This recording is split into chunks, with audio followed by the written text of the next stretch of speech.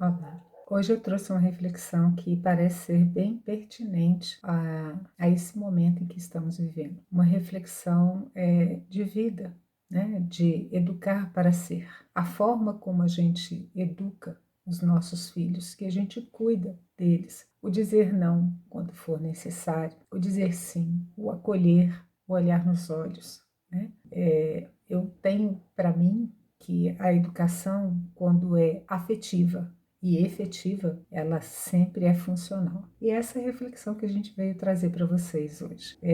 Estamos vivendo um momento em que, de uma hora para outra, estamos convivendo mais com nossos familiares. Estamos um maior número de horas próximos àqueles que nos são queridos, né? E isso é fantástico, é uma oportunidade única, fantástica, mas também pode ser vista de forma assustadora, né? Vivíamos períodos em que quase não nos víamos, né? E quase não nos falávamos, porque as imposições do trabalho, né, dos compromissos, faziam com que a gente se visse pouco, se observasse pouco, sentisse menos, né?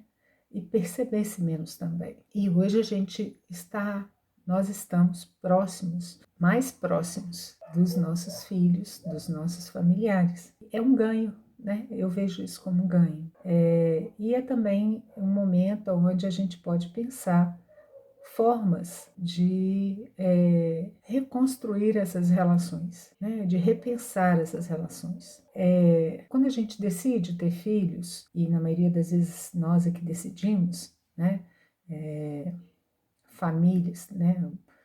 As famílias decidem ter filhos, a gente tem que lembrar da grande responsabilidade que é educar uma criança, né?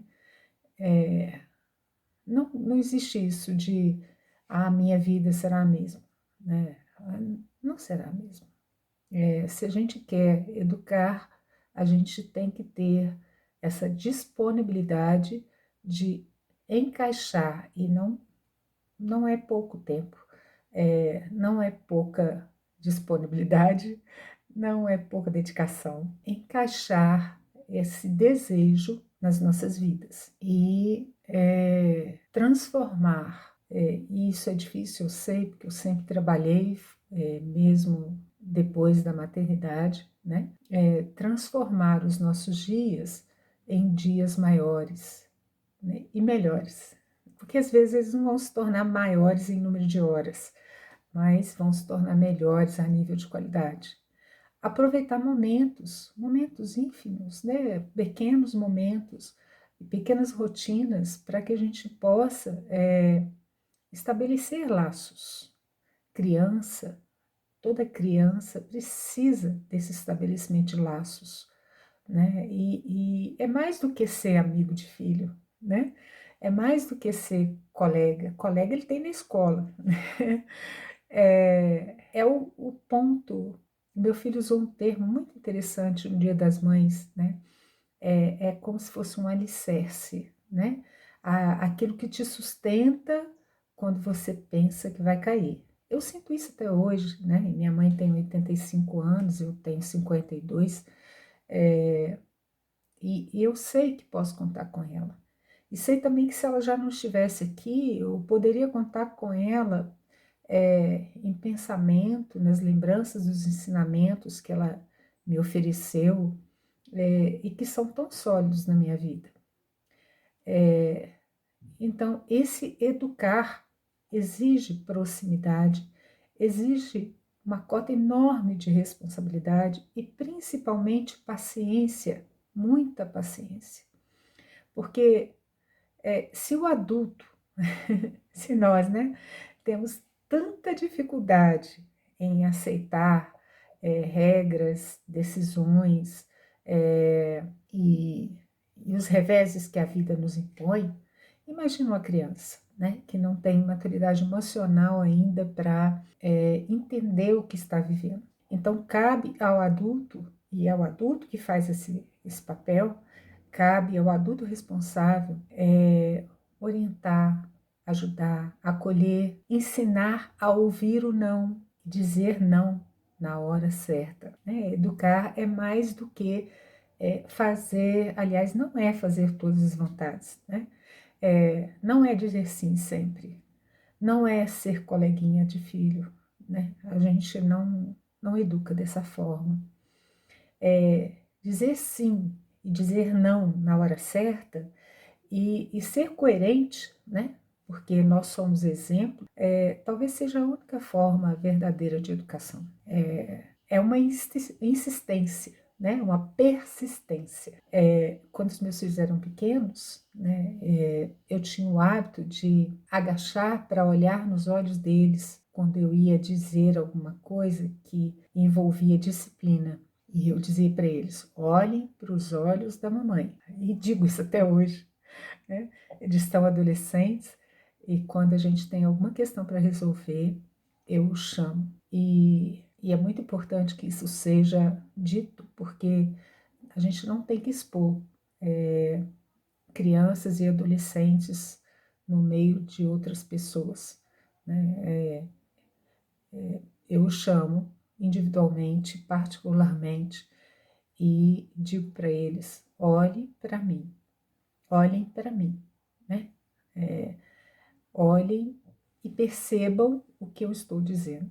Então, assim, a gente sempre resolve as questões que a gente precisa resolver aqui em casa dessa forma. E engraçado que, inicialmente, quando eles eram pequenos, eu tinha o hábito de acompanhá-los nos estudos, mesmo trabalhando. Eu sempre fui professora, trabalhava 2 horários, mas o tempo que eu tinha de estar com ele, eu estava com eles. E aí a gente sentava para fazer um dever quando eles eram pequenos, né? E eu ensinei eles a fazerem folhas de estudo, né? Que era a matéria diária que o professor dava e que a gente selecionava aqueles pontos mais importantes e eram 3, né? Eram 3. Selecionava os pontos mais importantes e a gente conseguia fazer um caderno de estudo. E eles cresceram, aprendendo isso. E fizeram isso até o ensino médio e fazem isso até hoje na faculdade. É interessante que a insistência e a persistência, ela exige que inicialmente você a conduza, né? No início eu os orientava e até fazia para eles, né? Depois eles foram pegando autonomia e começaram a fazer por conta deles. E a gente tinha horário de estudo, horário de tomar banho, horário de dormir, horário. Não tem como não se ter isso tudo, né? Quando se tem filho.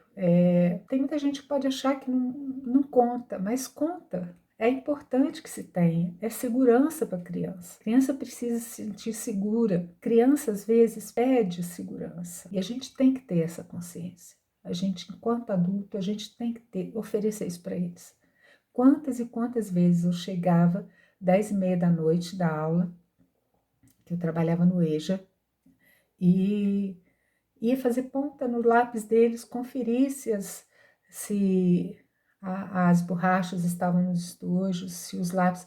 E assim, eram muitos lápis. Imagina, 3 crianças, eu fazia ponta nos lápis de escrever, ponta nos lápis de cor, até que eles tivessem autonomia para fazer isso sozinhos, né?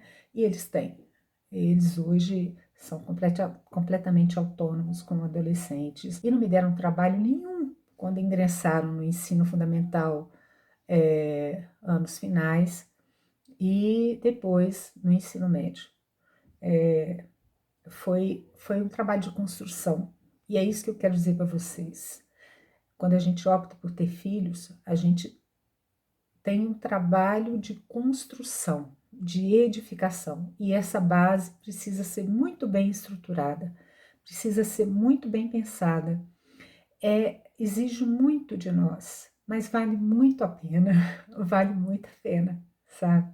Eu falo isso com muita emoção, porque eu posso dizer para vocês assim, eu tenho passado dias muito felizes ao lado deles, nesse período de quarentena. Óbvio que a gente tem sofrido com todo o sofrimento que está acontecendo no mundo. Ninguém aqui vive numa casca, né? Dentro visando só os próprios interesses. Mas a convivência tem sido fantástica, saudável, e a gente tem conseguido passar por tudo isso com muita resignação, com muita vontade, com muita fé de que certamente sairemos melhores do que entramos. Crianças não são eternas, né? E a gente tem que pensar isso. Elas não são eternas, elas crescem. E quando a gente pensa assim, a gente tem que pensar que tipo de adulto a gente gostaria que nosso filho, nossa filha fosse, né?